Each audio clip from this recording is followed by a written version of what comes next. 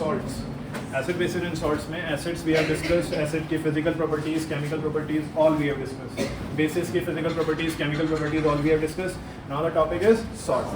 Salts में भी हमने इंट्रो पढ़ लिया था, कल देख लिया था कि एसिड और बेस को मिलाकर सॉल्ट और वाटर बनता है। इस रिएक्शन को हम न्यूट्रलाइजेशन रिएक्शन बोलते थे।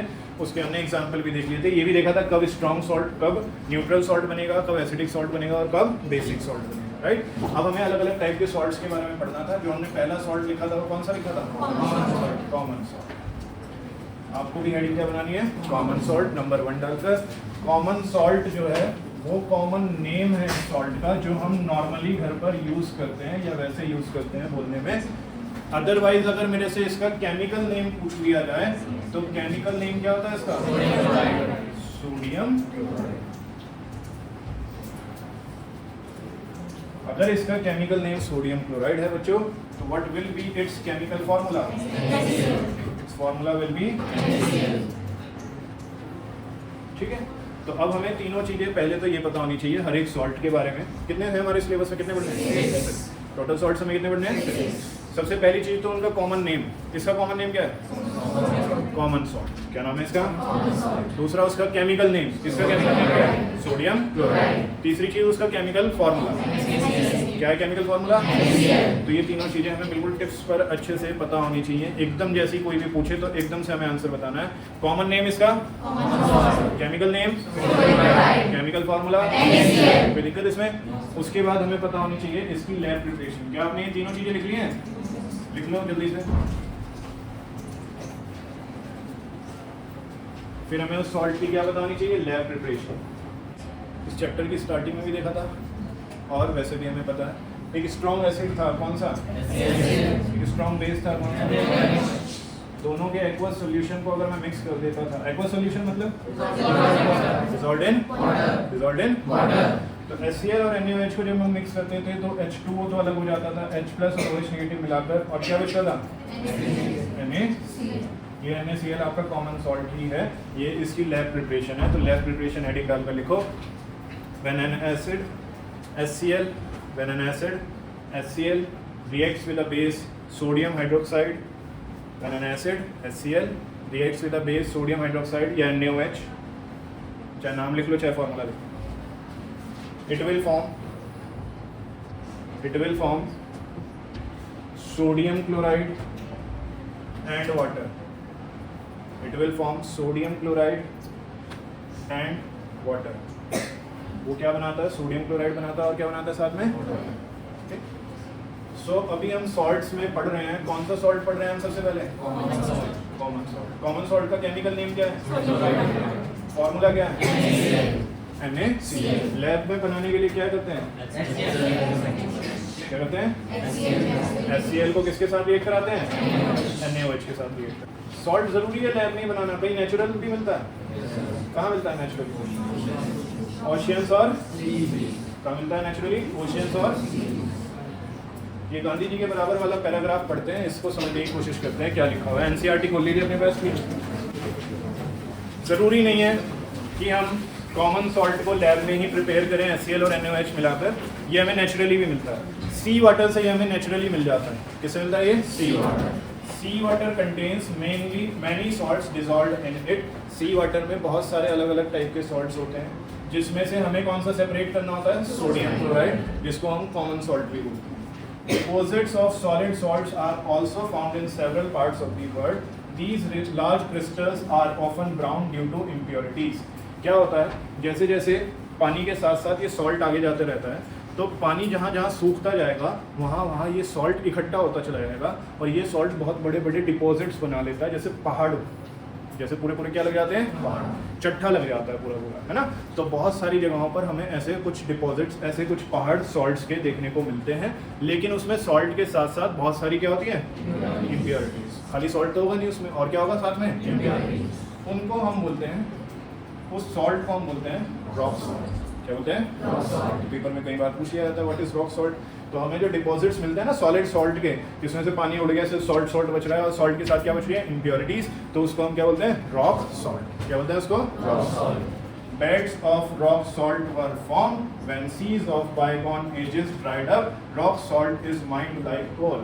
जैसे जैसे समुद्र का पानी सूखता चला जाता है, समय के साथ साथ किसी एरिया का पानी सूखता चला जाता है, वैसे वैसे वहाँ पानी तो इवेपोरेट हो जाता है, लेकिन क्या बच जाता है नीचे? सॉल्ट। क्या बच जाता है?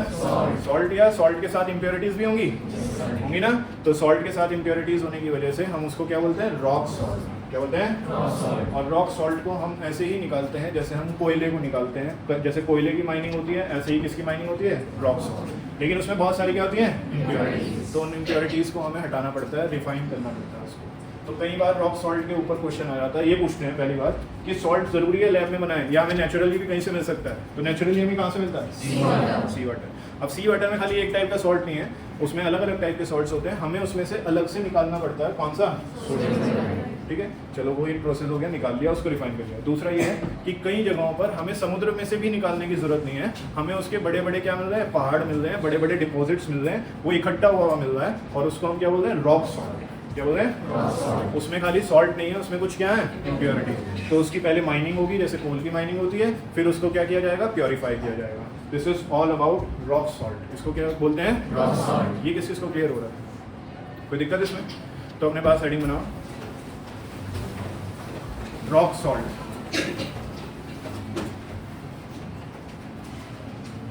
रॉक सॉल्ट हेडिंग बनाकर ये पूरा पैराग्राफ जो मैंने आपसे अभी डिस्कस किया है, इस पूरे पैराग्राफ को एज इट इज नोट कर लीजिए, बट इन पॉइंट्स फॉर्म। जहाँ फुल स्टॉप आ रहा है वो पहला पॉइंट खत्म, फिर दूसरा पॉइंट, फिर फुल स्टॉप आया, फिर तीसरा पॉइंट, फिर फुल स्टॉप आया, फिर चौथा पॉइंट, ऐसे। Clear? Now next thing which we have to remember about salts is their uses. तो हेडिंग बना रहे हैं, uses of common salt. Uses of common salt. आपने कहाँ यूज देखा है कॉमन सॉल्ट का? फूड में। फूड के टेस्ट को एनहेंस करने के लिए, बढ़ाने के लिए हम किसका यूज करते हैं? Common salt. तो लिखो first point, it is use in cooking, it is use in cooking to enhance the taste of food. It is use in cooking to enhance the taste of food. Food के taste को enhance करने के लिए हम इसका use करते हैं cooking में। और कहाँ यूज करते हैं?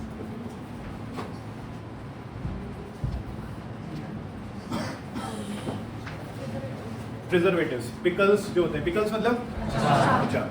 जो घर पर अचार डालते हैं या वैसे भी अचार कोई डाल रहा है, पिकल बना रहा है, तो वो उसमें कॉमन सॉल्ट डालता है पहले, क्योंकि common salt as a preservative काम करता है। प्रिजर्वेटिव मतलब उसको लंबे समय तक बचा के रखता है। आपने देखा होगा अचार एक बार डल गया, वो 6 महीने 1 साल तक चलता रहता है घर पे, धीरे धीरे उसका यूज करते रहते हैं, खराब नहीं होता। क्यों खराब नहीं हो रहा? क्योंकि उसमें प्रिजर्वेटिव के तौर पर क्या डाल रखा है? Common salt. तो लिखो next, it is used as a preservative, it is used as a preservative in pickles. It is used as a preservative in pickles. pickles में यूज होता है as a preservative. Preservative word को underline कर लेंगे ताकि याद रहे। Preservative मतलब उसको प्रिजर्व करके रखना, उसको बचा के रखना, वो जल्दी से खराब ना हो, इस चीज का ध्यान रखना। Am I clear till now for everyone? और कहाँ यूज होता है? कितने सॉल्ट्स पढ़ने हैं हमारे सिलेबस में? कितने सॉल्ट्स पढ़ने हैं? उन 6 में से काफ़ी सारे सॉल्ट्स ऐसे हैं, और भी बहुत सारे सॉल्ट्स ऐसे हैं जो NaCl से बनाए जाते हैं। किससे बनाए जाते हैं? तो NaCl जो कॉमन सॉल्ट है, इसका यूज़ किया जाता है अलग तरह के सॉल्ट्स बनाने के लिए, डिफरेंट टाइप ऑफ सॉल्ट्स बनाने के लिए। तो लिखो third point, it is use to make different type of salts.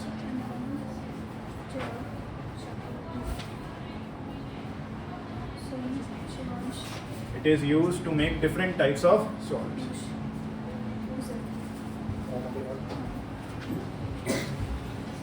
ठीक है, डिफरेंट टाइप्स ऑफ सॉल्ट्स बनाने के लिए भी यूज किया जाता है। और कहाँ यूज करते हैं? पहले बताओ, ये तीनों पॉइंट्स क्लियर हो रहे हैं?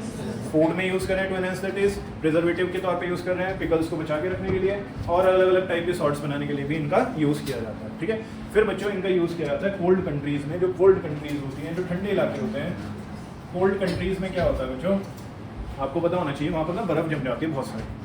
सड़क पर भी बर्फ़ जम जाती है, कार्स पर भी बर्फ़ जम जाती है। देखा भी होगा आपने किसी कंट्री को अगर विजिट किया है, ऐसी किसी कंट्री को, या मूवीज़ में देखा हो या टीवी शोज़ में देखा हो, तो रोड पर, कार पर बहुत सारी स्नो जम जाती है। तो उन कंट्रीज़ में भी सॉल्ट का यूज़ किया जाता है उसको आइस को मेल्ट करने के लिए, आइस को मेल्ट करने के लिए, उस बर्फ़ को पिघलाने के लिए सॉल्ट का यूज़ किया जाता है।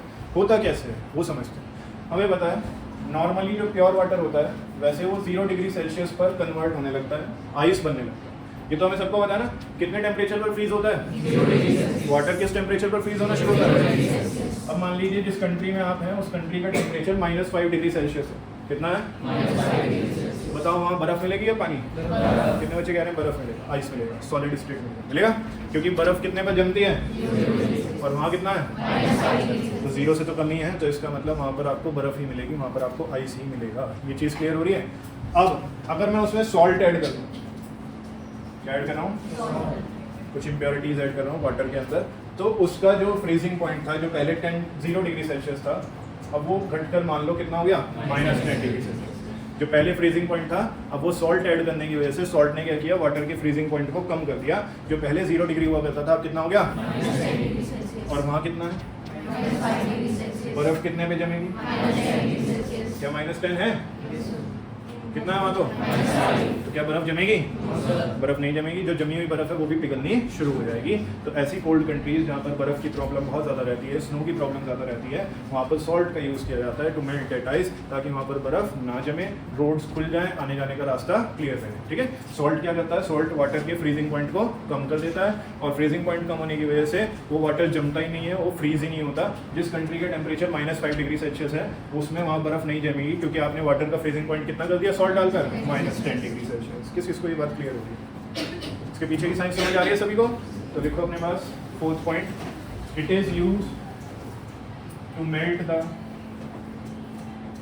Ice on the roads, it is use to melt the ice on the roads in cold countries, on the roads in cold countries. Cold countries में आइस को सड़क से मेल्ट करने के लिए, हटाने के लिए भी हम इसका यूज़ करते हैं। कोई दिक्कत इसमें? क्लियर हो रहा है? तो this is all about sodium chloride. Sodium chloride का कॉमन नेम क्या है? केमिकल नेम क्या है? केमिकल फॉर्मूला क्या है? लैब प्रिपरेशन में HCl और को मिक्स करेंगे तो NaCl बन जाएगा। फिर इसके यूजेस क्या है? फूड में यूज होता है उसके टेस्ट को बढ़ाने के लिए, पिकल्स में यूज होता है उनको प्रिजर्व करने के लिए, अलग अलग सॉल्ट्स बनाने के लिए भी हम इसको यूज करते हैं। जैसे कि अगला सॉल्ट कॉस्टिक सोडा, वो भी इसी से बनता है। कैसे बनता है अभी देखेंगे। फिर कुछ कोल्ड कंट्रीज में जहाँ बर्फ ज़्यादा जमती है उनको मेल्ट करने के लिए भी हम कॉमन सॉल्ट का यूज़ करते हैं। कॉमन सॉल्ट में एक छोटा सा कॉन्सेप्ट रॉक सॉल्ट का भी आता है, जिसको मैंने अलग से लिखवा दिया। कोई दिक्कत परेशानी हो तो बताऊँगा। क्लियर है? Next salt that is caustic soda. Common name is caustic soda. Common name क्या है? Caustic soda. Next thing you should know that its chemical name is sodium hydroxide.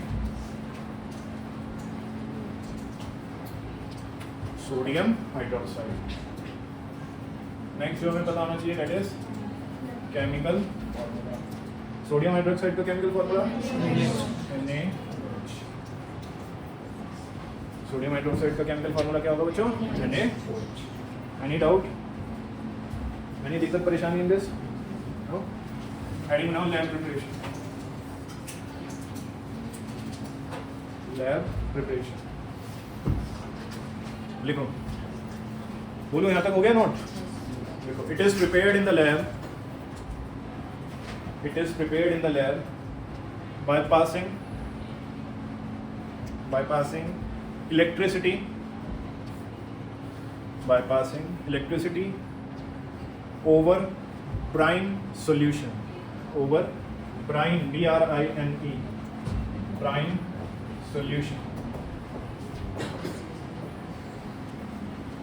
It is क्या लिखा है? It is prepared in the lab by passing electricity over brine solution. Electricity तो पता है, brine solution क्या होता है, इसको ज़रा समझने की कोशिश करते हैं। पहले मुझे ये बताना सोच समझ के, ये क्या होता है? Common salt NaCl। अभी पढ़ा हमने, पहला सॉल्ट यही पढ़ा था। ठीक है। कॉमन सॉल्ट को अगर मैं पानी में डाल दूँ, पानी का फॉर्मूला H2O होता है। जनरली हम कोल्ड वाटर ले लेते हैं। ठीक है। तो NaCl को अगर मैं पानी में डाल देता हूँ तो जो मेरे पास सोल्यूशन बनता है, that solution is basically known as brine solution. उसी सोल्यूशन को हम क्या बोलते हैं? Brine solution. कितने बच्चे ऐसे हैं जो घर पर ब्राइन सोल्यूशन बना सकते हैं? रेज़न करो, घर पर बना सकते हैं। बना सकते हो? कैसे बनता है? ठंडा पानी दो, नमक डाल दो, बस। ठंडे पानी में क्या डाल दो? मुश्किल है ब्राइन सॉल्यूशन बनाना? सबके लिए मुश्किल नहीं होगा, एक आधे के लिए मुश्किल हो सकता है। ठंडा पानी भी आपको घर पे मिल जाएगा, नमक भी सबके घर पे मिल जाएगा। ठंडे पानी में नमक डाल दो और क्या बन जाएगा आपके पास? Brine solution. तो ब्राइन सॉल्यूशन वर्ड याद रखना, बहुत सिंपल सा है ये। इसको मैं आगे भी यूज़ करूँगा अभी 2-3 बार, ठीक है? तो ब्राइन सॉल्यूशन क्या है? ब्राइन सॉल्यूशन कुछ और नहीं है, सिर्फ नमक को ठंडे पानी में मिलाकर जो सॉल्यूशन बनता है उसी को क्या बोलते हैं? Brine solution. इसके ऊपर से क्या पास करानी है? इलेक्ट्रिसिटी, यानी कि इसमें करंट पास कराना। जब हम ऐसा करते हैं तो हम क्या देखते हैं कि हमारे पास जो प्रोडक्ट्स बनते हैं उनमें से एक प्रोडक्ट बनता है NaOH, एक बनती है क्लोरीन गैस और एक बनती है हाइड्रोजन गैस। क्या क्या बन रहा है? कितने प्रोडक्ट्स बन रहे हैं? पहला मेन प्रोडक्ट क्या है हमारा? जो हमें चाहिए था। This is our main product. समझ लो, अभी नोट मत करो, पहले समझने दो। ये हमारा क्या है? मेन प्रोडक्ट, जो हमें चाहिए था। हमें यही चाहिए था। हमने क्या पढ़ना है? Sodium hydroxide, that is NaOH। तो हमारा जो मेन है, जो हमें चाहिए था, उसको बोलते हैं मेन प्रोडक्ट। और जो साथ में एक्स्ट्रा चीजें बनी हैं उनको बोलते हैं बाय प्रोडक्ट्स। क्या बोलते हैं? जो मेन बना है वो मेन प्रोडक्ट, जो एक्स्ट्रा चीजें बनी है वो। कोई दिक्कत परेशानी इसमें? तो इस रिएक्शन में रिएक्टेंट में क्या क्या लिया है? NaCl, वाटर, जिसको आप क्या बोल रहे हो? Brine solution. क्या पास करा रहे हो उस पर? जिसकी वजह से वो आपको क्या दे रहा है? NaOH, जो कि आपका मेन प्रोडक्ट है, जो चाहिए था। और साथ में 2 प्रोडक्ट्स और मिल रहे हैं, और जो एक्स्ट्रा प्रोडक्ट्स हैं उनको क्या बोलते हैं? By products. NaOH की खास बात यह है कि एक वाटर सोल्यूबल बेस है। कैसा बेस है? और याद होना चाहिए आपको, मैंने बताया भी था, लिखा भी था, वाटर सोल्यूबल बेस को क्या बोलते हैं? Water soluble bases are basically known as. ऐसे बेसिस जो वाटर में सोल्यूबल हो जाते हैं उनको क्या बोलते हैं? ऐसे बेसिस जो वाटर में सोल्यूबल हो जाते हैं उनको क्या बोलते हैं? एल्कली। समझने पर ज़्यादा ध्यान दो, मैं नोट करने के लिए टाइम देता हूँ आपको प्रॉपर। सो ब्राइन सॉल्यूशन क्या आता है? Brine solution NaCl plus cold water, उसी को आप ब्राइन सॉल्यूशन बोल रहे हो। उस पर क्या पास करानी है? इलेक्ट्रिसिटी। इलेक्ट्रिसिटी जैसी पास कराओगे वो आपको क्या देगा? NaOH plus Cl2 plus H2। Main product क्या है? बाय प्रोडक्ट्स क्या है? NaOH एक वाटर सोल्यूबल बेस है, और वाटर सोल्यूबल बेस को क्या बोलते हैं? इस प्रोसेस में आपको पता है, एक तो क्लोरीन गैस इवॉल्व हो रही है और एक वाटर सोल्यूबल बेस यानी कि एल्कली प्रोड्यूस हो रहा है। इसलिए इस प्रोसेस को एक स्पेशल नाम दिया जाता है, दैट इज क्लोर एल्कली प्रोसेस। क्या बोलते हैं इसको? ये जो प्रोसेस है ना, ये जो लैब प्रिपरेशन आप पढ़ रहे हो, इस प्रोसेस को क्या बोलते हैं? Specially chlor alkali process. और पेपर में मैक्सिमम टाइम ये क्वेश्चन आपसे पूछा जाता है, why this preparation is known as, why this process is known as chlor alkali process. क्योंकि इसमें एक वाटर सोल्यूबल बेस यानी कि एक एल्कली बन रहा है, और कौन सी गैस रिलीज हो रही है? Chlorine gas. इसलिए हम इसको क्या बोलते हैं? क्लोर एल्कली प्रोसेस। समझना ध्यान से। हम क्या पढ़ रहे हैं? इसका केमिकल नेम क्या है? केमिकल फॉर्मूला क्या है? फिर हमें क्या पता होना चाहिए इसकी? लैब प्रिपरेशन के लिए हम कौन सा सोल्यूशन लेते हैं? ब्राइन सोल्यूशन के लिए किसको किसमें डालते हैं? NaCl को कोल्ड वाटर में, और फिर उसके ऊपर क्या पास कराते हैं? जैसे ही हम उसके ऊपर इलेक्ट्रिसिटी पास कराते हैं, रिएक्शन होनी शुरू हो जाती है। कितने प्रोडक्ट्स बनते हैं? उसमें से वाटर सोल्यूबल बेस कौन सा है? वाटर सोल्यूबल बेस को और क्या बोलते हैं? एल्कली बोलते हैं। और साथ में 2 गैसेस बन रही है, कौन कौन सी? क्लोरीन और हाइड्रोजन। क्लोरीन गैस और एल्कली बनने की वजह से इसको हम और क्या बोलते हैं? क्लोर एल्कली प्रोसेस। तो आपने लैब प्रिपरेशन डालकर वो लाइन लिख ली जो मैंने लिखवाई अभी आपको।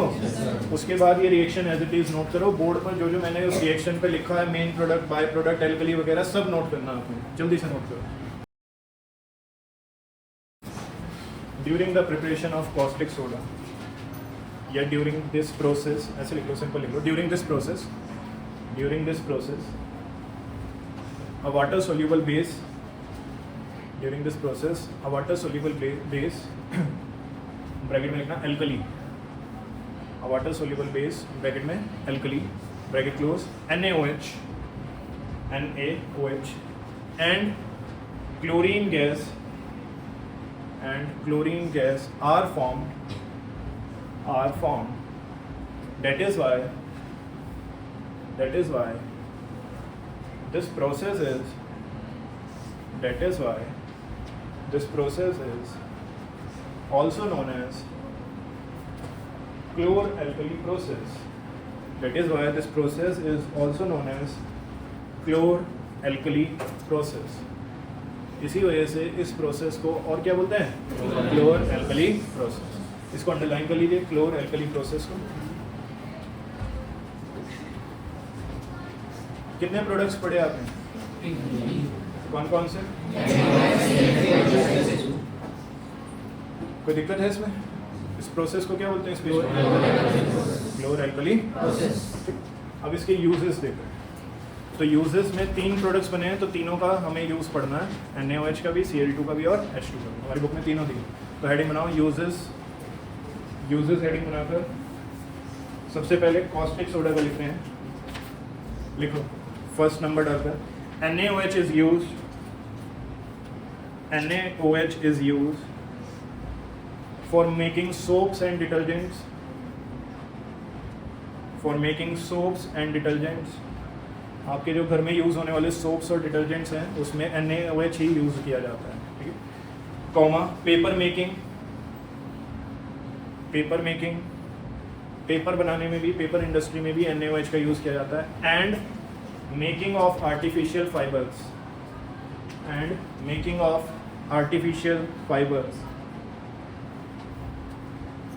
फाइबर्स बनाने के लिए भी इसी NaOH का यूज़ किया जाता है. ओके. तो ये कुछ यूजेस हो गए किसके, NaOH के. नेक्स्ट हमें यूजेस पढ़ने हैं क्लोरीन के और हाइड्रोजन के. तो नेक्स्ट सेकंड नंबर डालकर लिखो, the chlorine gas form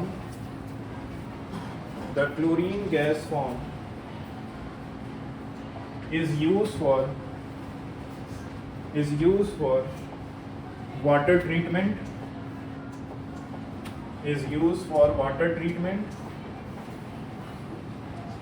comma, swimming pools, comma, PVC, P capital, V capital, C capital, PVC, comma, disinfectants,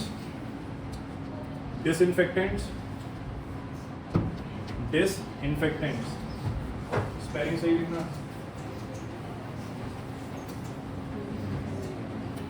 ठीक है. PVC में तीनों कैपिटल्स थे, PVC.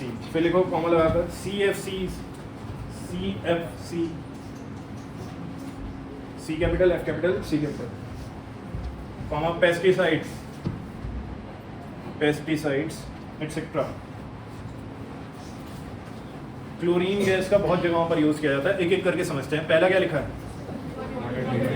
वाटर ट्रीटमेंट और स्विमिंग पूल वाले को समझते हैं. पहले क्लोरीन गैस का यूज़ किया जाता है वाटर में प्रेजेंट बैक्टीरियाज और जर्म्स को किल करने के लिए. क्लोरीन गैस का यूज़ किया जाता है वाटर में प्रेजेंट बैक्टीरियाज और जर्म्स को किल करने के लिए. जो हमारे घरों में पानी आता है गवर्नमेंट के थ्रू, उसमें भी क्या किया जाता है, क्लोरीन गैस मिलाई जाती है ताकि उसमें प्रेजेंट बैक्टीरिया और जर्म्स को किल किया जा सके. जो स्विमिंग पूल में पानी होता है उसमें भी क्लोरीन गैस मिलाई जाती है उसको साफ करने के लिए, उसके बैक्टीरियाज और जर्म्स को किल करने के लिए. कभी भी आप स्विमिंग पूल में जाओ स्विमिंग के लिए, या किसी जैसे वाटर पार्क होता है, क्रिस्टल वर्ल्ड हो गया या कोई भी हो गया, तो वहाँ के पानी में आपको एक अजीब सी स्ट्रॉन्ग स्मेल आती है. किसने ऑब्जर्व किया है? That strong smell is basically of chlorine. किसकी होती है वो? क्लोरीन गैस की होती है. क्लोरीन गैस क्यों डालते हैं उसमें? डिसइंफेक्ट करने के लिए. डिसइंफेक्ट करने का मतलब है उसके अंदर बैक्टीरियाज और जर्म्स को किल करने के लिए. ठीक है. कई बार ऐसा भी आपने देखा होगा, अब तो खैर ज़्यादातर नहीं होता, लेकिन पहले ऐसा भी हो जाया करता था कि घर में जो पानी आ रहा है टैप वाटर, वो काफ़ी धुंधला सा आ रहा है, वाइट सा आ रहा है, धुंधला सा आ रहा है, थोड़ी देर रखा फिर वो अपने आप ठीक हो गया. तो वो धुंधला क्यों हो रहा था? कभी कभी क्लोरीन गैस ज़्यादा डल गई किसी वजह से, इस वजह से वो थोड़ा सा धुंधला था. जब उसको थोड़ी देर रखा वो सारा अपने आप सेटल डाउन हो गया और फिर से वो क्लियर वाटर हो गया. तो क्लोरीन गैस मिला क्यों रहे हैं? डिसइंफेक्ट करने के लिए. डिसइंफेक्ट करने का क्या मतलब है? बैक्टीरियाज और जर्म्स को किल करने. तो हमारे घरों में जो पानी आता है या स्विमिंग पूल में जो पानी आता है उसमें क्लोरीन गैस मिलाई जाती है वाटर को डिसइंफेक्ट करने के लिए, वाटर के अंदर प्रेजेंट बैक्टीरियाज और जर्म्स को किल करने के लिए. तो डिसइंफेक्टेंट वाली बात क्लियर हो गई. फिर आते हैं PVC. PVC की फुल फॉर्म पता है किसी को? गुड. Polyvinyl chloride. लिखना चाहो लिख लो मार्जिन में, वैसे आपसे पूछते नहीं है. Polyvinyl chloride.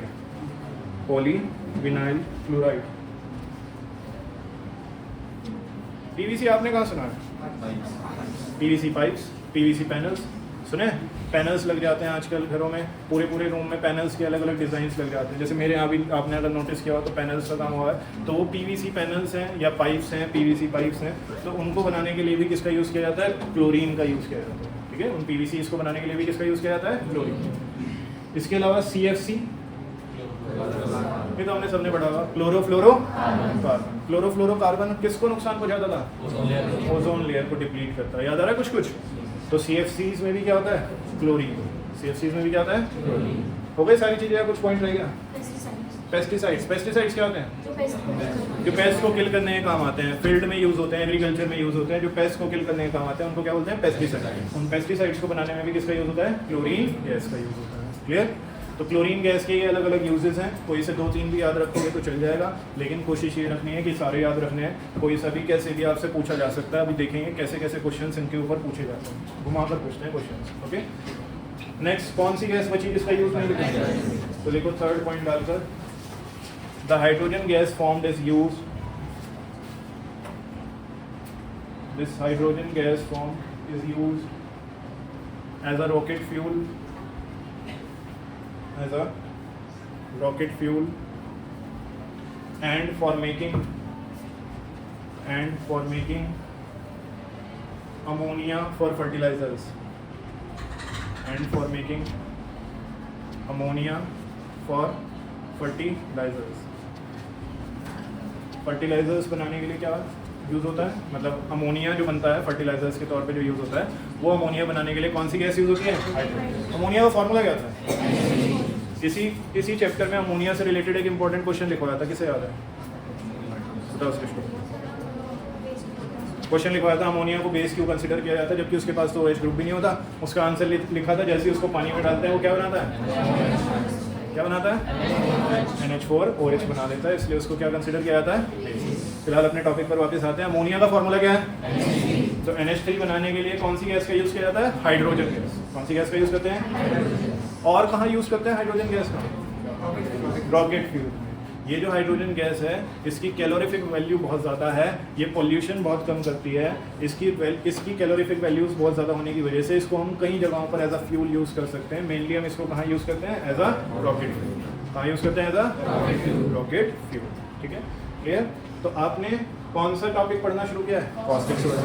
कॉस्टिक सोडा का केमिकल नेम क्या है? फॉर्मूला क्या है? लैब प्रिपरेशन के लिए इलेक्ट्रिसिटी पास करते हैं किस सॉल्यूशन से?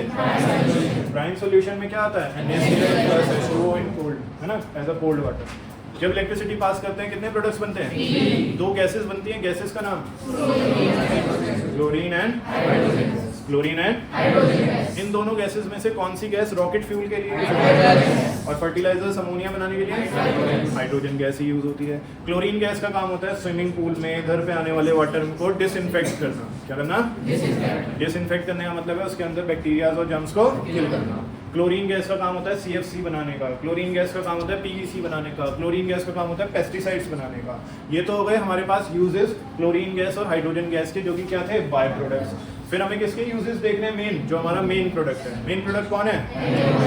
NaOH जो ज़्यादातर यूज होता है वो सोप और डिटर्जेंट्स बनाने में यूज होता है। जो आपके घरों में सोप्स और डिटर्जेंट्स होते हैं they are basically made up of NaOH। इसके अलावा NaOH का यूज़ पेपर इंडस्ट्रीज में किया जाता है या आर्टिफिशियल फाइबर्स बनाने में किया जाता है। This is all about caustic soda. If there is any doubt you can ask. जो कि इम्पोर्टेंट है, इसमें पूछी जा सकती है, वो ये है, NCERT में भी लिया है।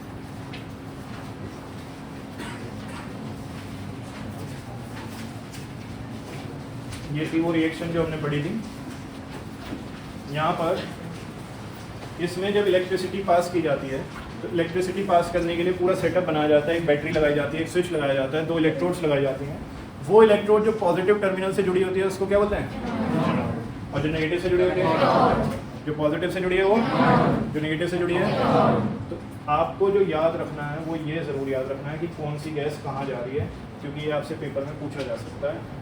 It is given in NCERT, जो NCERT में गिवन है वो पूछा जा सकता है।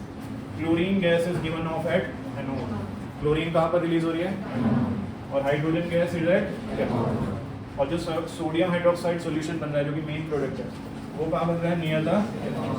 तो इसको डबल या ट्रिपल स्टार लगाकर इस लाइन को एज इट इज नोट कर लो और लिख लो इस पर learn it. Third salt heading is bleaching powder. Bleaching powder is it's common name. आपस में बात मत करो कोई भी. ब्लीचिंग पाउडर इसका क्या कहलाएगा? Common name. इसका केमिकल नेम कैल्शियम ऑक्सीक्लोराइड. लिखवाया था कल भी, कैल्शियम ऑक्सीक्लोराइड. Calcium oxychloride. इसका केमिकल फॉर्मूला देखते हैं क्या होगा. Chemical formula is CaOCl2. ये तीनों चीज़ें तो हमें पता ही होनी चाहिए. क्या क्या? कॉमन नेम, केमिकल नेम और chemical formula. Common name is bleaching powder, chemical name is calcium oxychloride, chemical formula is CaOCl2. फिर क्या बताना चाहिए इसके बारे में? Lab preparation. तो हेडिंग बनाओ lab preparation.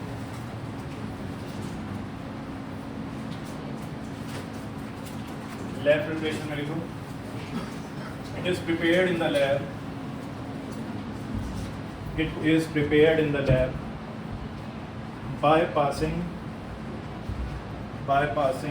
chlorine gas over dry slaked lime. By passing chlorine gas over dry slaked lime. Dry slaked lime. Slaked lime तो पढ़ा है आपने फर्स्ट चैप्टर में पढ़ा है, सेकंड में या दोनों में पढ़ा है? दोनों में पढ़ा है. बताओ फिर नंबर फॉर्मूला क्या होता है?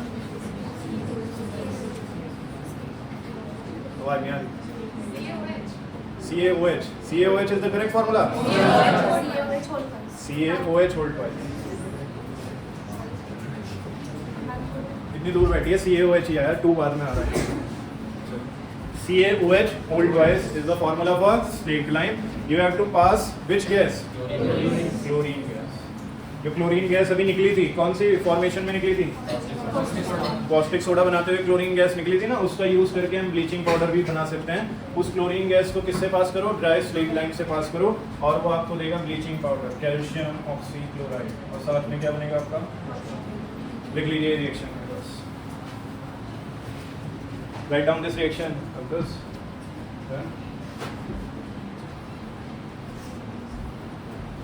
कैसे बनता है? ड्राई स्लेक्ड लाइम पर कौन सी गैस पास कराते हो? क्लोरीन. और क्या देता है ये आपको? Calcium oxychloride. और साथ में क्या देता है? Calcium oxychloride is your main product, और ये आपका क्या कहलाएगा? पाउडर. कैल्शियम ऑक्सीक्लोराइड को आप क्या बोलते हैं? Bleaching powder. तो लिख लेना इसको. ऐसे बार बार लिखने से, बार बार बोलने से बार बार याद हो जाता है अच्छे से, फिर हमें दिक्कत नहीं होती है ना. जितनी मेहनत हम यहाँ करेंगे, घर जाकर हमें कम टाइम लगेगा और उतना ही याद करना है. लेकिन ये घर जाकर याद करना है, सभी को याद करना है सारी चीज़ें जो मैं लिखवा रहा हूँ, जो मैं बता रहा हूँ. कोई डाउट आता है हाथ के हाथ क्लियर करके चलना. ओके. हेडिंग बना रहे हैं uses of bleaching powder. Uses of bleaching powder.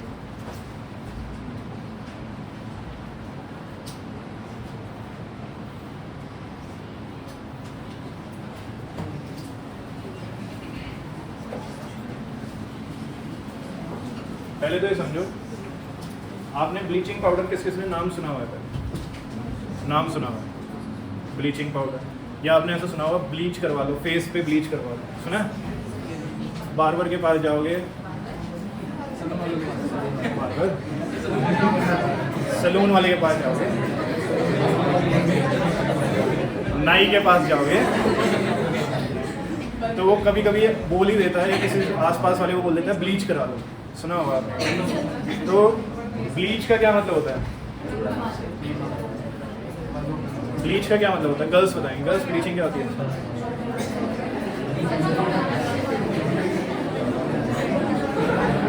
अच्छा, ब्लीच के लिए तो बोलता है ज़्यादातर, वो बोलता है हेयर स्पा करा लो. कोई भी प्रॉब्लम हो हेयर स्पा करा लो. बाल टूट रहे हैं हेयर स्पा करा लो. बाल में कोई प्रॉब्लम है हेयर स्पा. डैंड्रफ है हेयर स्पा करा लो. वाइफ छोड़ के चली गई हेयर स्पा. उसके लिए सब चीज़ों का सोल्यूशन क्या होता है? Hair spa. खैर, अपने टॉपिक पर वापस आते हैं. ब्लीचिंग की बात कर रहे थे हम. ब्लीचिंग क्यों बोलता है वो कराने के लिए? ब्लीच करने से जो कलर होता है, जो इम्प्योरिटीज़ होती हैं वो हट जाती हैं. ठीक है. ब्लीच क्या करता है? ब्लीच इम्प्योरिटीज़ को, ब्लीच कलर को उड़ा देता है. कपड़ों पर भी ब्लीच किया जाता है उनके कलर को हटाने के लिए. ठीक है. तो ब्लीच क्या करता है? ब्लीच कलर को उड़ा देता है, हटा देता है. कुछ बॉयज़ को भी शौक लगता है ब्लीच कराने का, तो वो ब्लीच करा लेते हैं. तो वो क्या करता है? वो ब्लीच लगाते लगाते उनके उस पे बियर्ड पे भी ब्लीच लगा देता है। तो जब वो ब्लीच हटता है ना तो वो बियर्ड भी ब्राउन कलर की हो जाती है, वो जो ब्लैक कलर की थी उसका भी रंग उड़ जाता है। कैसा सा कलर आ जाता है? ब्लैक सा कलर आ जाता है, वही ब्राउन सा कलर आ जाता है। खैर छोड़ो, ये तो बात की बातें हैं। फिलहाल ब्लीचिंग का नॉर्मल मतलब समझ आया आपको? जो कलर को क्या करे, उड़ा दे, हटा दे, उसको आप क्या बोलोगे? Bleaching powder. जैसे आपकी कोल्ड ड्रिंक्स आती हैं तो कोल्ड ड्रिंक्स में अलग अलग कलर होता है, जैसे कोक में ब्लैक कलर होता है, स्प्रिंग में रेड कलर होता है, तो किसी में ग्रीन कलर भी होता है। तो अगर आप उन सब में ब्लीचिंग पाउडर डाल के देखोगे यू विल नोटिस उन सब का कलर अपने आप वहाँ से हट जाए, क्योंकि ब्लीचिंग पाउडर का काम होता है कलर को हटा देना, कलर को वैनिश कर देना। क्या काम होता है ब्लीचिंग पाउडर का? कलर को वैनिश कर देना। तो देखो, ब्लीच करना, ब्लीच यूज़ होता है कॉटन और लिनन को ब्लीच करने के लिए। टेक्सटाइल इंडस्ट्रीज़ में, कपड़े बनाने की जो इंडस्ट्रीज़ होती हैं वहाँ पर कॉटन और लिनन, ये दो अलग अलग टाइप के कपड़े ज़्यादातर इनको ब्लीच किया जाता है। किसकी वजह से? ब्लीचिंग पाउडर की वजह से। For bleaching wood pulp in paper factories, paper factories में भी जो वुड का पल्प होता है जिससे पेपर बनता है उसको भी पूरी तरह से उसका कलर हटाने के लिए क्या यूज़ किया जाता है? ब्लीचिंग पाउडर किया जाता है। क्लोथ्स में भी कई बार हमारे क्लोथ्स पे जो निशान लग जाते हैं, हमारे पेरेंट्स क्या करते हैं, उनको वॉश करते टाइम उसमें ब्लीचिंग पाउडर डाल देते हैं ताकि वो निशान हटाया जा सके। ठीक। और कहाँ यूज़ होता है ब्लीचिंग पाउडर? क्योंकि इसके पास ऑक्सीजन भी होती है तो ये ऑक्सीडाइज करने के भी काम आता है। It is used as an oxidising agent in many chemical industries. और क्योंकि इसके पास क्लोरीन है तो ये डिसइंफेक्टेंट करने के भी काम आता है, जर्म्स और बैक्टीरियाज को किल करने के भी काम आता है। तो ये कुछ बेसिक से यूजेज हैं किसके? ब्लीचिंग पाउडर के। मेन जो सबसे ज़्यादा यूज़ है जो आपको ध्यान रखना है वो ये है कि ये कलर को वैनिश कर देता है, कलर को हटा देता है। क्लियर? तो यूजेज ऑफ ब्लीचिंग पाउडर आपने जो हेडिंग बनाई है उसके अंडर ये तीनों यूजेज लिख लीजिए एज इट इज एनसीईआरटी। इसके अलावा एक और इम्पॉर्टेंट पॉइंट जो हमें ब्लीचिंग पाउडर के बारे में याद रखना है कि इसका जो कलर होता है वो पेल येलो कलर होता है, हल्का लाइट येलो कलर होता है, येलोइश वाइट बोलते हैं, मतलब प्योर वाइट नहीं होता है दिखने में, हल्का सा येलोइश कलर आता है इसमें। ठीक है। दूसरा, इसमें से बहुत तेज़ स्मेल आती है। ब्लीचिंग पाउडर अगर मैं यहाँ पर ला कर रखूँगा तो आसपास जो बैठे हैं बच्चे उनको काफ़ी तेज़ स्मेल आएगी और वो स्मेल होती है क्लोरीन की। किसकी स्मेल होती है? तो लिखो स्टार डालकर एक और point. Bleaching powder has a color has a yellowish white color, has a yellowish white color, मतलब प्योर वाइट नहीं होता, हल्का सा कैसा कलर आता है? Yellowish white colour. And have a strong smell of chlorine, and have a strong smell of chlorine, and have a strong smell of chlorine. काफ़ी तेज strong smell होती है इसकी क्लोरीन। ओके। पेपर में ना क्वेश्चन, ये सारे पॉइंट्स हमें इसलिए याद रखने जरूरी हैं क्योंकि जो पेपर में क्वेश्चंस आते हैं वो इसी तरह से आते हैं। ये एक सब्सटेंस है, वो येलोइश वाइट कलर का है, उसमें से क्लोरीन की स्मेल आती है, बताओ सब्सटेंस का नाम क्या है, बताओ उसका केमिकल नाम क्या है, बताओ उसकी लैब प्रिपरेशन क्या है। तो अब जिसे पता होगा कि येलोइश वाइट कलर का जिसमें से क्लोरीन की स्मेल आती है वो ब्लीचिंग पाउडर है, वही तो उसका आंसर कर पाएगा ना। तो इसलिए आपको ये सारी प्रॉपर्टीज, ये सारे पॉइंट्स अच्छे से याद रखने हैं क्योंकि कहीं से भी कोई भी क्वेश्चन बन सकता है। ठीक है। एक ऐसा प्रोसेस बताओ जिसमें क्लोरीन गैस और हाइड्रोजन गैस निकलती है और एक वाटर सोल्यूबल बेस निकलता है, तो वो कौन सा था? कॉस्टिक सोडा वाला था। इस प्रोसेस को स्पेशली क्या बोलते हैं? क्लोर-एल्कली प्रोसेस बोलते हैं। जो मेन प्रोडक्ट बन रहा है उसका कॉमन नेम बताओ, उसका केमिकल नेम बताओ, उसका फॉर्मूला बताओ। ऐसे कुछ भी क्वेश्चन आपसे आइडेंटिफिकेशन के तौर पर पूछे जा सकते हैं। कुछ मेन क्वेश्चन हम क्लास में डिस्कस भी करेंगे। ओके। तो हमने कितने सॉल्ट्स अभी तक कंप्लीट कर लिए हैं? नेक्स्ट हमारे पास जो नेक्स्ट इंपॉर्टेंट, सबसे ज़्यादा इंपॉर्टेंट सॉल्ट आ रहा है, दैट इज बेकिंग सोडा। तो हेडिंग बना रहे हैं अपने पास baking soda.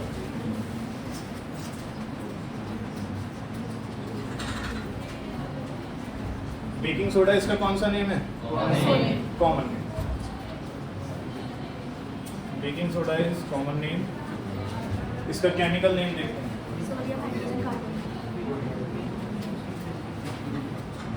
Sodium hydrogen carbonate. याद होगा सोडियम हाइड्रोजन कार्बोनेट में हाइड्रोजन कार्बोनेट को और कुछ भी बोल सकते हैं। हाइड्रोजन कार्बोनेट को और क्या बोलते हैं? बाइकार्बोनेट। ये क्या कहलाएगा? Sodium bicarbonate. Sodium hydrogen carbonate भी ठीक है, सोडियम बाइकार्बोनेट भी ठीक है, क्योंकि हाइड्रोजन कार्बोनेट बाइकार्बोनेट ही कहलाता है। और हाइड्रोजन कार्बोनेट का फॉर्मूला क्या था? सिर्फ हाइड्रोजन कार्बोनेट का पूछ रहा हूँ, HCO3। और जब Na के साथ कंबाइन होगा तो इसका केमिकल फॉर्मूला क्या आएगा?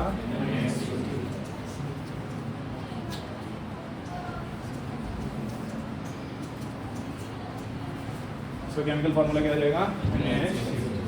ओके। तो common name, common name, chemical name, chemical name, chemical formula starting से एक बार रिवाइज करते हैं। पहले वाले का common name formula name Keshav, यहाँ ध्यान दे ले क्लास में। सेकंड वाले का common name chemical name formula. Third वाले का common name chemical name calcium formula. Fourth वाले का कॉमन नेम केमिकल फार्मूला थोड़ा सा अटक अटक के बोल रहे हैं। क्यों बोल रहे हैं? क्योंकि भूल जाते हैं बार बार। अब दोबारा से एक बार पूछूंगा तो देखना इस बार बेहतर रिस्पॉन्स आएगा। पहले वाले का common name chemical name formula. दूसरे वाले का common name chemical name formula. तीसरे वाले का chemical name calcium oxychloride formula. Fourth वाले का common name chemical name formula. देखो दूसरी बारी में बेहतर आपने रेस्पॉन्स किया। पहली बारी में बच्चों को पीछे पलटना पड़ रहा था, देखना पड़ रहा था। तो दूसरी बारी में बेहतर कर रहे हो तो सोचो अगर 4-5 बार 10 बार याद कर लोगे तो कितना पक्का हो जाएगा, है ना। तो ये सारी चीज़ें आपको समझ आनी तो बहुत ज़रूरी है, वो तो मैं समझा ही रहा हूँ, लेकिन घर पर जाकर इनको याद करना उससे भी ज़्यादा ज़रूरी है। क्लियर? इसके बाद क्या पता होना चाहिए? Lab preparation.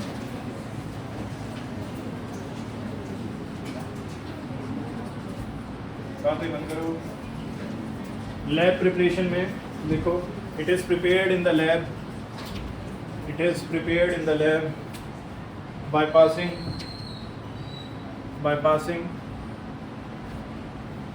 carbon dioxide gas over ammonical brine solution, ammonia वाला जो अमोनिकल होता है, ammoniacal brine solution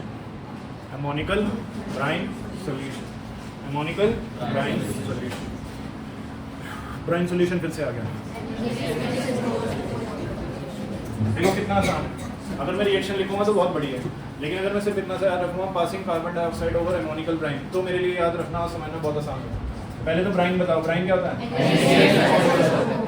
NaCl plus water. ये तो हो गया ब्राइन। इतना पार्ट क्या हो गया? तो जैसे ही ब्राइन वर्ड आएगा मेरे दिमाग में ये क्लिक कर जाना चाहिए एकदम से, NaCl प्लस। फिर वो कह रहे हैं अमोनिकल ब्राइन मतलब और क्या डाल दो? अमोनिया डाल दो। पंचवर माइनस ध्यान दो, NH3 डाल दो। क्या डाल दो?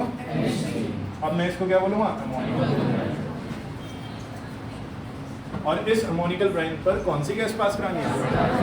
Carbon dioxide gas pass. कौन सी गैस पास करानी है?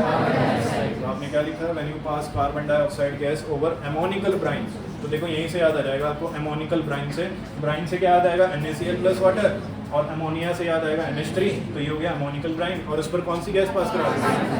जब आप ये चारों चीज़ें मिला दोगे तो आपको मिलेगा NaSCO3, जो कि आपका मेन प्रोडक्ट है, दैट इज बेकिंग सोडा। और आपको साथ में मिलता है NH4Cl। क्या मिलता है? क्योंकि आपका बाय प्रोडक्ट है, इसको बोलते हैं अमोनियम क्लोराइड। क्या बोलते हैं इसको?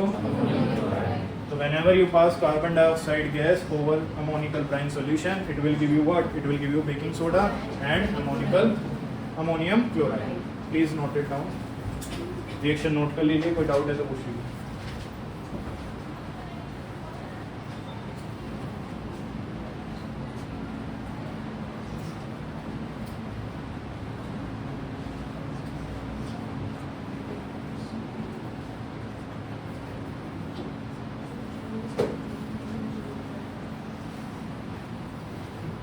Have you done?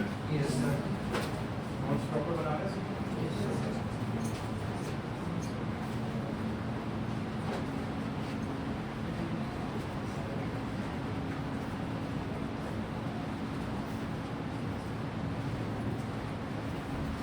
कौन सी गैस पास करानी है? किसके ऊपर? Ammoniacal brine solution. किसके ऊपर? What is ammonia? What is brine solution? और साथ में कौन सी गैस बनेगा? क्या जिसके लिए कर रहे हो क्या बनेगा? तो साथ में एक और बन रहा है क्या? अमोनियम क्लोराइड फिलहाल हमारे सिलेबस का पार्ट नहीं है, उसके बारे में कुछ नहीं पूछेंगे। जो पूछेंगे किसके बारे में पूछेंगे? बेकिंग सोडा के। बेकिंग सोडा की एक खास बात जो एनसीईआरटी में भी लिखी हुई है वो लिखते हैं स्टार डालकर। Baking soda is a non corrosive and mild basic salt. Non-corrosive and mild basic salt. Non-corrosive and mild basic salt. Non-corrosive मतलब corrosion नहीं करता। Non-corrosive मतलब corrosion नहीं करता, चीज़ें खराब नहीं करता। corrosion पढ़ा था हमने चैप्टर 1 में। तो corrosion से क्या होता है? मेटल्स खराब हो जाते हैं, चीज़ें खराब हो जाती हैं। ये बेकिंग सोडा चीज़ें खराब नहीं करता, नॉन करोजिव है, ठीक है, ये करोजन नहीं करता है। और साथ ही साथ माइल्ड बेसिक का क्या मतलब है? ना बहुत वीक बेस है और ना ही बहुत स्ट्रॉन्ग बेस है, मॉडरेट बेस में कंसिडर किया जाएगा। तो ये लाइन इतनी इंपॉर्टेंट है कि लास्ट ईयर 3-4 स्कूल्स में इसको पूछा गया था एज एन एमसीक्यू या एज असर्शन रीजन। इसलिए इस पूरी लाइन को चाहे तो बॉक्स में बंद कर लो, चाहे अंडरलाइन कर लो, चाहे 3-4 स्टार बना लो, ताकि याद रहे कि it is very very important line. Okay, non करोजिव मतलब चीज़ों को करोड नहीं करता, ख़राब नहीं करता। बेसिक सॉल्ट है, माइल्ड बेसिक सॉल्ट है, मतलब ना ज़्यादा स्ट्रॉन्ग बेस है और ना ज़्यादा weak base. Clear? Any doubt in this part? देखो पहली लाइन क्या लिखी है। The baking soda is commonly use in the kitchen for making tasty and crispy pakoras etcetera. Sometimes it is added for faster cooking, है ना। अब ये line भी इंपॉर्टेंट है कि ये बेकिंग सोडा किस में यूज होता है? पकौड़ास बनाने में भी ये यूज होता है। अब पेपर में एक बार क्वेश्चन आ गया था, पेपर में इसमें पहली लाइन तो यही लिखी थी उस क्वेश्चन में कि भाई एक सॉल्ट है जो pakoras, tasty and crispy pakoras बनाने में यूज होता है। क्योंकि एनसीईआरटी में लाइन लिखी है तो उन्होंने पेपर में भी डायरेक्ट वही लाइन दे दी थी और वो दे सकते हैं, कोई चेंज नहीं किया, ठीक है। फिर उन्होंने लिखा कि उसका जो पीएच वैल्यू है, पीएच वैल्यू पढ़ा था ना हमने, वो 14 है। वहाँ गलत क्यों हुई? क्योंकि इसकी पीएच वैल्यू 14 नहीं है, स्ट्रॉन्ग बेस नहीं है। स्ट्रॉन्ग बेस होता तो 14 होता, NaOH का होता है 14 तो, है ना। ये कैसा बेस है? Mild base. कैसा बेस है ये? Mild base. तो वहाँ सीबीएसई से गलती हुई क्वेश्चन में, और सीबीएसई ने उस क्वेश्चन को जिसने अटेम्प्ट किया था उसको पूरे मार्क्स दिए, लेकिन जिसने अटेम्प्ट किया था, अगर क्वेश्चन नंबर भी डाल के छोड़ दिया तब भी आपको पूरे मार्क्स मिल जाएंगे, उनको नहीं मिलेंगे जिन्होंने अटेम्प्ट ही नहीं किया। तो बोर्ड का पेपर जब भी आप करोगे, कोई भी क्वेश्चन आपको अनअटेम्प्टेड नहीं छोड़ना है। हो सकता है उस पर्टिकुलर टाइम पर आपको ऐसा लग रहा हो कि ये क्वेश्चन कुछ गलत है या बिल्कुल ही हमने कभी नहीं पढ़ा, तो सीबीएसई उस क्वेश्चन में, अगर सीबीएसई की गलती है तो उस क्वेश्चन में पूरे मार्क्स अवॉर्ड करती है। तो आपको कभी भी ऐसे कोई भी क्वेश्चन अनअटेम्प्टेड नहीं छोड़ना, लेकिन पढ़ के जाना है। ये नहीं ये भी पढ़ा हुआ सा नहीं लग रहा, ये भी गलत सा लग रहा है, ये तो कभी सुना ही नहीं मैंने। हो सकता है सीबीएसई ने पूरा ही पेपर गलत किया, ऐसा भी नहीं करना, ठीक है। चलो वापस से अपने टॉपिक पर आते हैं। ये लाइन भी अपने पास स्टार डालकर लिख लीजिए, जो पहली लाइन लिखी है। The baking soda is commonly use in the kitchen for making tasty and crispy pakoras. लिखो जल्दी से। सबसे ज़्यादा जो ये इम्पॉर्टेंट है, ये इसके यूजेस की वजह से। इसके कई सारे यूजेस हैं हमारे डेली लाइफ में, जिनके यूजेस डायरेक्टली आपसे पेपर में पूछे जाते हैं। क्वेश्चन कैसे आता है अभी आगे डिस्कस करते हैं। फिलहाल हेडिंग बनाओ uses of baking soda. Uses of baking soda. तो मैंने ये कोशिश करना पहले यूज़ के लिए। बेकिंग सोडा का फॉर्मूला क्या होता है? NaCO2। I want complete focus of each and every student for next 5 minutes. 5 minute के लिए मुझे यही फोकस चाहिए सभी का, सिर्फ समझने पर फोकस करना और जो बोलते जाऊँगा उसे नोट करना। This is the formula of. Arrow पर अगर हीट ये लगा हुआ है सिंबल, इसका क्या मतलब है? हीट का। ये डेल्टा का सिंबल होता है और किसको रिप्रेजेंट करता है? तो अगर आप NaCO3 यानी कि बेकिंग सोडा को हीट करते हो तो वो डिकम्पोज हो जाता है। डिकम्पोज होना मतलब टूट जाता है और आपको देता है Na2CO3 plus CO2 plus H2O। Whenever you heat baking soda, it will decompose to form what? Na2CO3, CO2 and water. Now this carbon dioxide gas is used for many purposes, जो कि आपकी कुकिंग में use होते हैं। जैसे कि इडली होती है आपकी, या छोले भटूरे में जो भटूरे होते हैं, ढोकला होता है, उन सब चीज़ों को फुलाने में, सॉफ्ट और स्पंजी बनाने में यही कार्बन डाइऑक्साइड करती है उनको, सॉफ्ट और स्पंजी जो करती है। केक जो होता है, केक देखा कितना फ्लफी और सॉफ्ट होता है, तो उनको फ्लफी सॉफ्ट बनाने के लिए, ब्रेड को फ्लफी और सॉफ्ट बनाने के लिए, स्पंजी बनाने के लिए कौन सी गैस का यूज होता है? कौन सी गैस का यूज होता है? और वो कैसे बनती है? जब उसमें क्या डलता है? Baking soda. तो किचन में बेकिंग सोडा जनरली यूज होता है, उसमें बेकिंग सोडा डाल देते हैं ऊपर से, और बेकिंग सोडा जब जलता है, बेकिंग सोडा को जब हीट किया जाता है तो कौन सी गैस निकलती है? कौन सी गैस निकलती है? कार्बन डाइऑक्साइड गैस जब निकलती है तो उसमें क्या होता है, कार्बन डाइऑक्साइड गैस उनको सॉफ्ट बना देती है, उनको फ्लफी बना देती है, उनको फुला देती है, ठीक है। तो कार्बन डाइऑक्साइड गैस ही क्या करती है, उनको फ्लफी और सॉफ्ट बनाने में काम आती है। क्लियर? अब थोड़ी सी दिक्कत यहाँ आती है। दिक्कत क्या है? ये जो बन रहा है साथ में सोडियम कार्बोनेट, Na2CO3 क्या है? सोडियम। ये बेसिक नेचर का होता है। कैसा नेचर है इसका? और बेसिस का टेस्ट कैसा होता है? कैसा टेस्ट होता है? बिटर मतलब कड़वा होता है। अब कड़वा केक थोड़ा ना खाएंगे, कड़वी इडली, कड़वा ढोकला, कड़वे भटूरे, ये सब थोड़ा ना खाएंगे। तो उस कड़वाहट को हटाने के लिए हम खाली बेकिंग सोडा नहीं डालते, हम साथ में टार्टरिक एसिड भी डालते हैं। कौन सा एसिड डालते हैं? एक हल्का एसिड होता है, माइल्ड एसिड होता है, जो इस बेस को क्या करता है? न्यूट्रलाइज करता है। क्या करता है इस बेस को? और सुनना समझना, ये जो टार्टरिक एसिड और बेकिंग सोडा का मिक्सचर है, इसी मिक्सचर को आप बेकिंग पाउडर बोलते हैं। इसी मिक्सचर को क्या बोलते हैं? तो घर में कुकिंग में बेकिंग सोडा यूज नहीं होता, बेसिकली क्या यूज होता है? Baking powder. खाली बेकिंग सोडा होता तो ये बेस सारा टेस्ट कड़वा कर देता और सारे टेस्ट की एसिड एसिड हो जाती, तो इसलिए क्या डालते हैं उसमें? Tartaric acid. तो अब जो टार्टरिक एसिड और बेकिंग सोडा का मिक्सचर है उसको क्या बोलते हैं? Baking powder. तो अपने पास लिखो पहला use, it is use for making baking powder.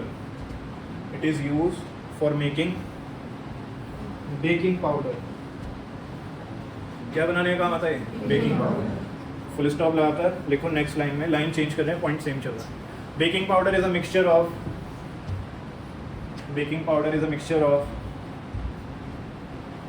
Tartaric acid, bracket में लिखना माइल्ड एसिड,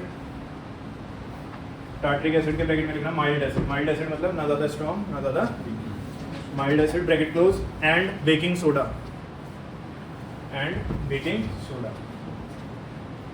किस किस काम आता है ये बेकिंग पाउडर? किससे बना होता है? टार्टरिक एसिड और बेकिंग सोडा। टार्टरिक एसिड और बेकिंग सोडा। चलिए कोई स्टार डालकर पॉइंट सेम चल रहा है, बस लाइन चेंज कर रहे हैं, सारा पॉइंट सेम चल रहा है, ठीक है। पहला यूज नहीं चल रहा है, स्टार डाल कर लिख रहे हैं। When baking soda is heated, it will produce carbon dioxide gas. It will produce carbon dioxide gas, and this gas is used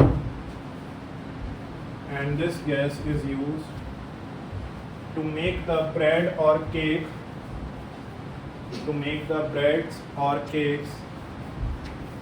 soft and spongy. To make the breads or cakes soft and spongy. देखो लिखा हुआ है, carbon dioxide produce during the reaction can cause bread और cake to rise, making them soft and spongy. इनको soft, spongy, fluffy बनाने के लिए इसी रिएक्शन का यूज किया जाता है। ये है रिएक्शन, ये अपने पास नोट करो। अब रिएक्शन नोट कर लीजिए समझ कर। NaCO3 को हीट किया, Na2CO3 plus carbon dioxide plus water बना। This carbon dioxide gas is used to make the cake and bread soft and spongy. But ये जो Na2CO3 बना जो कि बेसिक नेचर का है, इसको न्यूट्रलाइज करने के लिए हमने क्या डाल रखा था उसमें? Tartaric acid. अभी ये फर्स्ट पॉइंट ही चल रहा है, फर्स्ट यूज ही चल रहा है, उसी में ही बन रहे हैं सारे स्टार पॉइंट्स। लिखो the sodium carbonate formed here,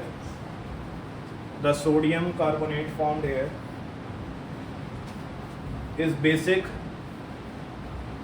The sodium carbonate formed here is basic, bracket में लिखना bitter, bracket close, in nature। इसका नेचर कैसा है? बेसिक। और बेस कैसे होते हैं? बिटर, कड़वे होते हैं, है ना। Full stop. So to neutralise it, उसको न्यूट्रलाइज करने के लिए, उसको हटाने के लिए we have added, what we have added? Tartaric acid. We have added tartaric acid. जो इसका यूज़ है मेन, जो सबसे बड़ा जिसमें से क्वेश्चन आता है वो ये था। बाकी दो यूज़ इसके सिंपल हैं, उनको हम नेक्स्ट क्लास में करते हैं।